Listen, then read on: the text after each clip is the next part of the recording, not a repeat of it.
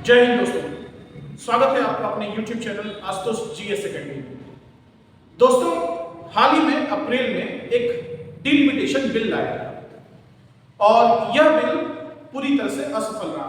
हालांकि delimitation bill 131वां संविधान संशोधन विधेयक के रूप में लाया गया था और इसमें 2026 में परिसीमन आयोग के गठन और राज्यों में विधानसभा और लोकसभा की सीट का पुनर्निर्धारण को लेकर यह विधेयक प्रस्तुत किया गया था, लेकिन 2/3 बहुमत नहीं मिलने के कारण यह संविधान संशोधन विधेयक पूरी तरह से असफल रहा। तो इसी को ध्यान में रखते हुए आज हम परिसीमन और परिसीमन आयोग से रिलेटेड संवैधानिक प्रावधानों की चर्चा करेंगे और एग्जाम में किस लिए इंपॉर्टेंट है, इस टॉपिक पे हम आज ध्यान देंगे। तो परिसीमन का मतलब क्या होता है? परिसीमन का मतलब होता है बदलते जनसंख्या के आधार पर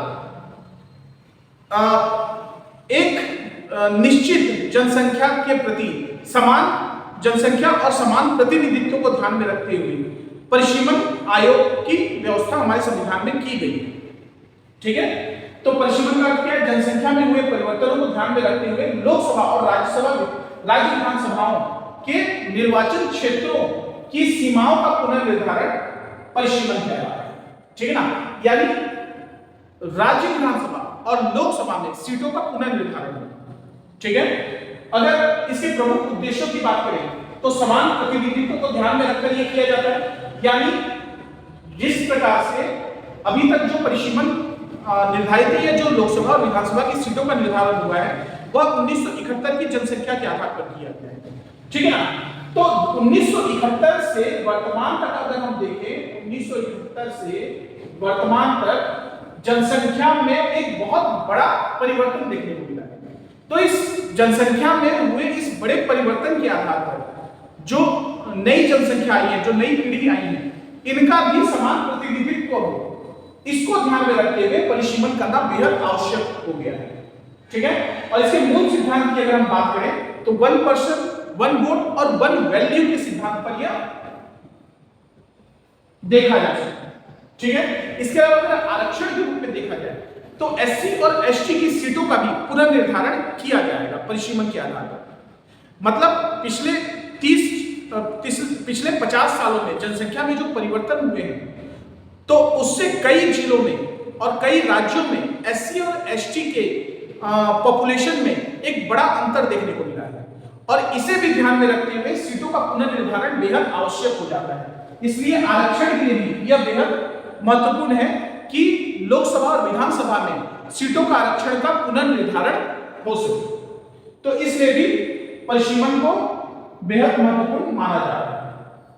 ठीक है, अगर हम परिसीमन के थोड़ी इतिहास में जाएं, अच्छा परिसीमन आयोग की हम अगर बात करें तो परिसीमन आयोग की अगर हम बात करते हैं तो यह एक क्वासी जुडिशियल ऑर्गेनाइजेशन है, क्वासी जुडिशियल कमेटी है जिसका काम है मतलब अर्ध न्यायिक कमेटी है ये।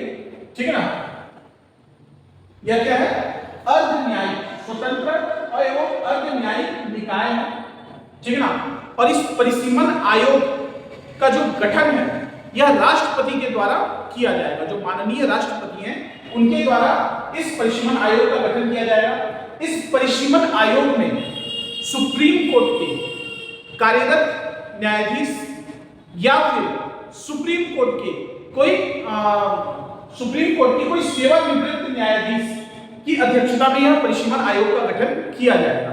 इसके अलावा जो मुख्य निर्वाचन आयुक्त हैं, ठीक है, जो केंद्रीय निर्वाचन आयोग है या भारतीय निर्वाचन आयोग है, उसके जो मुख्य निर्वाचन आयुक्त है वो उसके सदस्य होंगे। इसके अलावा संबंधित राज्य के जो राज्य निर्वाचन आयुक्त हैं वह भी इसके सदस्य होंगे और उसके साथ साथ उस राज्य के कोई भी 10 विधायक या सांसद, मतलब 5 विधायक और 5 सांसद भी इसके सदस्य होंगे, यानी 10 सहयोगी सदस्य होंगे।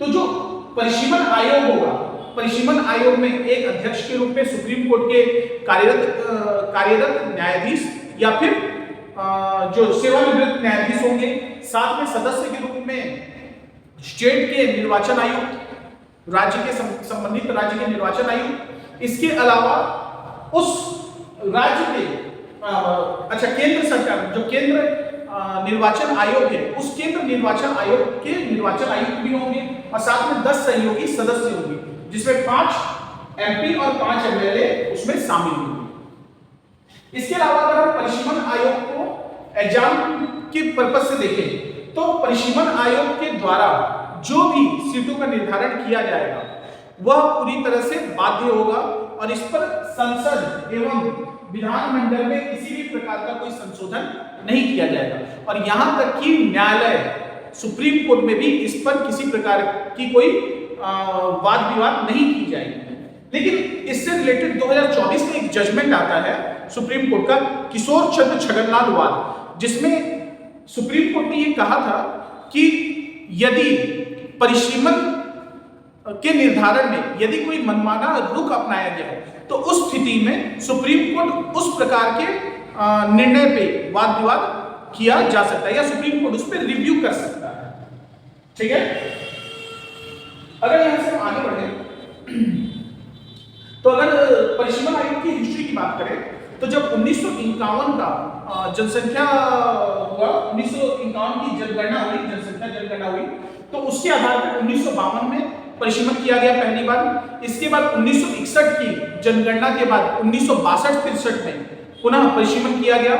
फिर 1971 की जनगणना के बाद 1973 में परिसीमन तीसरी बार किया गया और चौथी बार परिसीमन 2001 में किया गया था। 2001 की जनगणना का 2002 में किया गया था और इस 2002 के परिसीमन में यह निर्धारित कर दिया गया कि अगले 25 साल के लिए यानी 2026 तक जो भी सीट है लोकसभा और विधानसभा के वह निश्चित रहेंगे, वह स्थायी रहेंगे, उसमें किसी भी प्रकार का कोई परिवर्तन नहीं होगा। और 2001 में जो 2002 में जो परिसीमन किया गया था वह भी 1971 की जनगणना के आधार पर किया गया। ठीक है, यानी अगर हम ये देखें कि आखिरी बार परिसीमन जनसंख्या के आधार पर कब किया गया था तो यह हुआ था 1971 में और 1971 के बाद लोकसभा या विधानसभाओं में सीट में किसी भी प्रकार का कोई परिवर्तन नहीं हुआ है। ठीक है, तो इसलिए भी ये बहुत आवश्यक हो जाता है कि पिछले 50 सालों में जो जनसंख्या में लगातार परिवर्तन देखने को मिला है, जो जनगणना में हमें कई नए स्वरूप देखने को मिले हैं, हालांकि एससी, एसटी, ओबीसी के पॉपुलेशन में भी काफी कुछ बदलाव देखने को मिला है, उस आधार पे भी परिसीमन में बदलाव बेहद जरूरी हो गया है। ठीक है, इसके बाद अगर संवैधानिक प्रावधानों की बात करें तो अगर परिसीमन आयोग कार्यरत होता है और कार्यरत होता है तो उससे संविधान के किस किस अनुच्छेद में बदलाव देखने को मिलेंगे। तो सबसे पहला संविधान के अनुच्छेद 82 में हमें बदलाव देखने को मिलेगा। तो संविधान के भारतीय संविधान का अनुच्छेद 82 कहता है कि प्रत्येक जनगणना के बाद लोकसभा में सीटों एवं क्षेत्रों का पुनर्समायोजन किया जाएगा। यानी हर 10 साल में पहले इलेक्शन होने थे 2011 तक, 2021 में नहीं हुए कोरोना की वजह से, है ना, और हाल ही में जनगणना की प्रक्रिया चल रही है। ठीक ना, तो अगर हम 2001 की बात करें, 2001 में ये डिसाइड किया गया कि अगले 25 साल तक यानी 2026 तक परिसीमन का पुनर्निर्धारण नहीं होगा, मतलब कहीं भी सीट का आवंटन या पुनर्समायोजन नहीं होगा। लेकिन अनुच्छेद 82 कहता है कि प्रत्येक जनगणना के बाद लोकसभा की सीटों का पुनर्समायोजन किया जाना चाहिए। इसके अलावा उसी प्रकार से अनुच्छेद 170 कहता है कि राज्य विधानसभाओं की सीटों में भी प्रादेशिक निर्वाचन क्षेत्रों का परिसीमन किया जाना चाहिए। साथ में अगर अनुच्छेद 330 और 332 की बात करें तो यह लोकसभा और विधानसभाओं में एससी और एसटी से रिलेटेड आरक्षण की बात कहता है। यानी लोकसभा जो विधायिका है हमारी केंद्रीय विधायिका और राज्य विधायिका में जो पिछड़े वर्ग हैं उनका प्रतिनिधित्व स्थापित किया जा सके, इसलिए उसमें आरक्षण की व्यवस्था की गई है अनुच्छेद 330 और 332 में। 330 में लोकसभा में और 332 के तहत राज्य विधानसभा में एससी एसटी सीटों हेतु आरक्षण किया गया। इसके अलावा अगर अनुच्छेद 329 की बात करें तो यह परिसीमन कानूनों आदेशों पर न्यायिक हस्तक्षेप को सीमित करता है। यानी जो भी परिसीमन निर्धारण किया जाएगा राज्यों का या लोकसभा सीटों का, उस पर किसी भी प्रकार का न्यायिक हस्तक्षेप नहीं किया जाएगा। ठीक है, और इसके पीछे मुख्य कारण यह है क्योंकि परिसीमन आयोग के जो अध्यक्ष होते हैं वो स्वयं सुप्रीम कोर्ट के कार्यरत न्यायाधीश होते हैं या फिर सुप्रीम कोर्ट के पूर्व या सेवानिवृत्त न्यायाधीश की अध्यक्षता में होता है। इसलिए अगर इससे हम आगे बढ़े तो परिसीमन की सीटों की बात करें तो 42वां संविधान संशोधन के तहत तो यहाँ पे 3 संविधान संशोधन के बारे में चर्चा करना बेहद जरूरी है। पहला 42वां संविधान संशोधन 1976 के तहत 1971 की जनगणना को आधार मानकर सीटों के पुनर्समायोजन को 2000 तक रोक दिया गया। यानी आखिरी जैसा कि मैंने कहा जो 1973 का परिसीमन हुआ था उसके बाद सीधे 2001 में परिसीमन 2002 में परिसीमन किया गया। तो ये 30 सालों के परिसीमन को रोक दिया गया। इसके तहत तो 42वां संविधान संशोधन 1976 के तहत। इसके बाद 84वां संविधान संशोधन 2001 आया। इस 84वें संविधान संशोधन 2001 में जो सीटों के अंतरराज्यीय आवंटन को अगले 25 सालों के लिए पुनः फ्रीज कर दिया गया। ठीक है, यानी 2026 तक आप किसी भी प्रकार से परिसीमन विधानसभा का या लोकसभा में सीटों का परिसीमन नहीं कर सकते। इसके बाद 87वां संविधान संशोधन 2003 आता है और इस 87वें संविधान संशोधन में सीटों की संख्या बदले बिना 2001 की जनगणना के आधार पर सीमाओं के पुनर्गठन की अनुमति दी गई। ठीक है, तो यहाँ सबसे इंपॉर्टेंट हो जाता है 84वां संविधान संशोधन और 42वां संविधान संशोधन। 42वें संविधान संशोधन में 2001 तक परिसीमन को रोक दिया गया, सीटों को फ्रीज कर दिया गया और 84वां संविधान संशोधन के तहत सन 2026 तक सीटों के परिसीमन पर रोक लगा दी।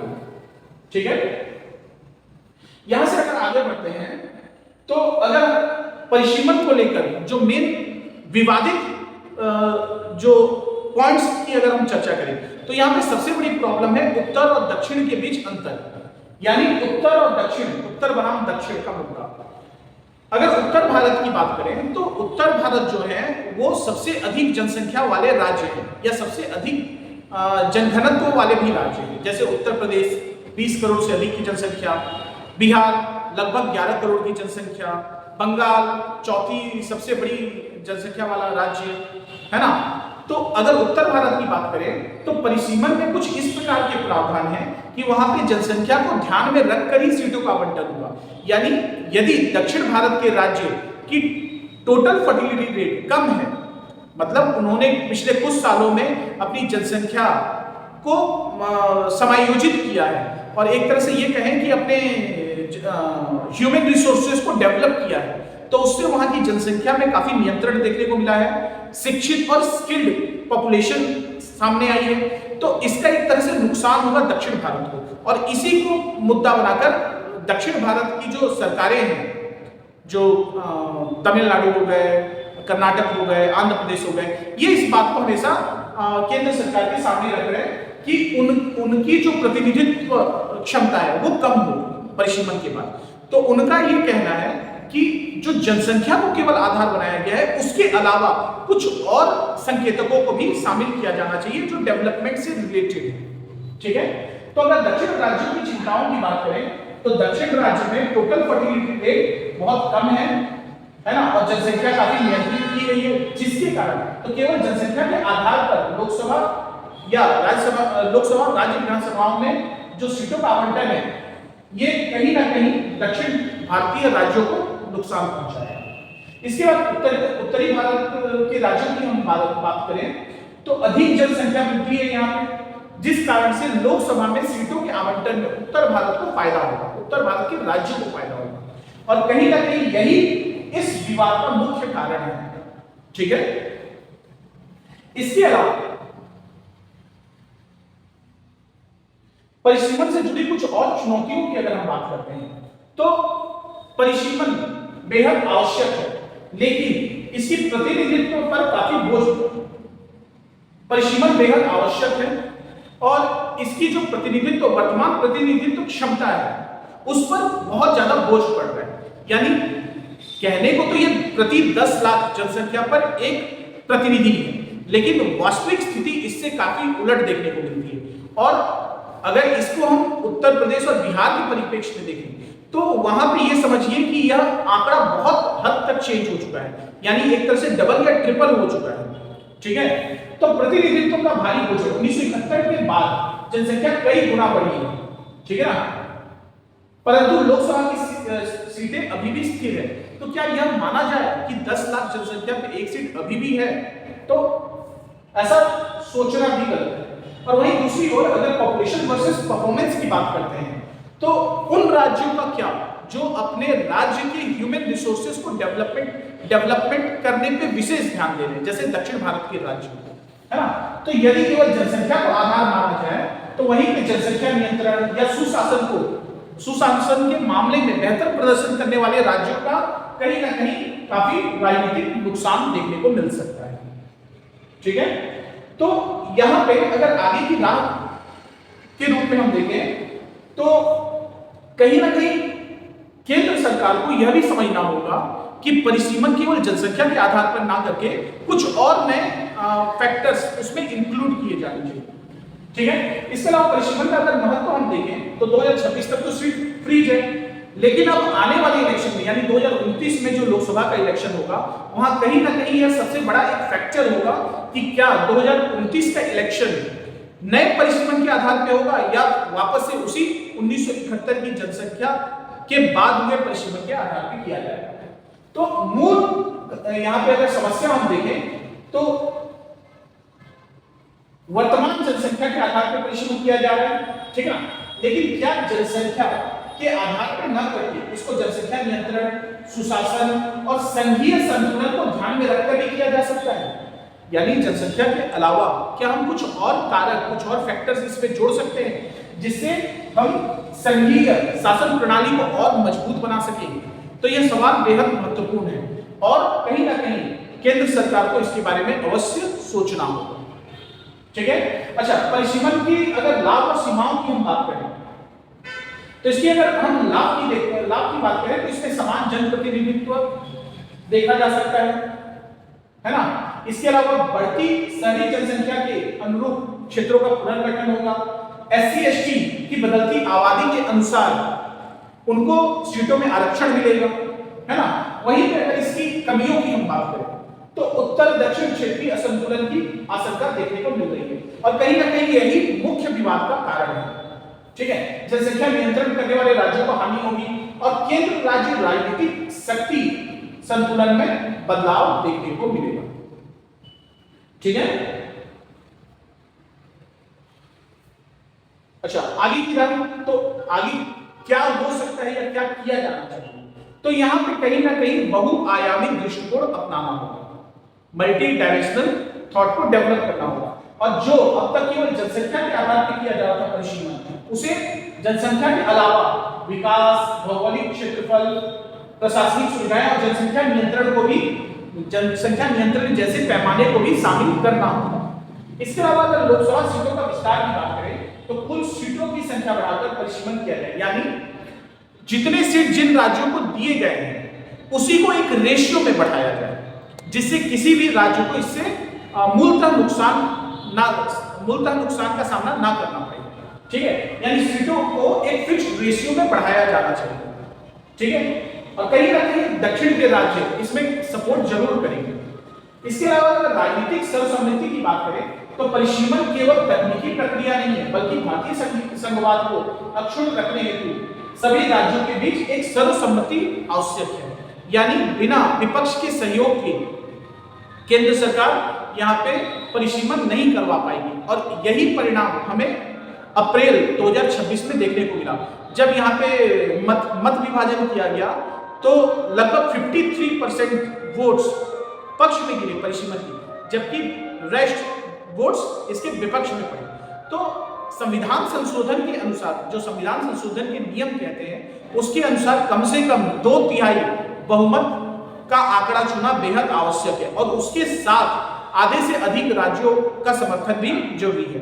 तो आधे से अधिक राज्यों का समर्थन तो कहीं ना कहीं मिल जाएगा क्योंकि बीजेपी और एनडीए सरकार के अंडर में इतने राज्य अभी भी हैं कि वो आधे से अधिक राज्यों से इस बिल को आराम से पास करा लेंगे।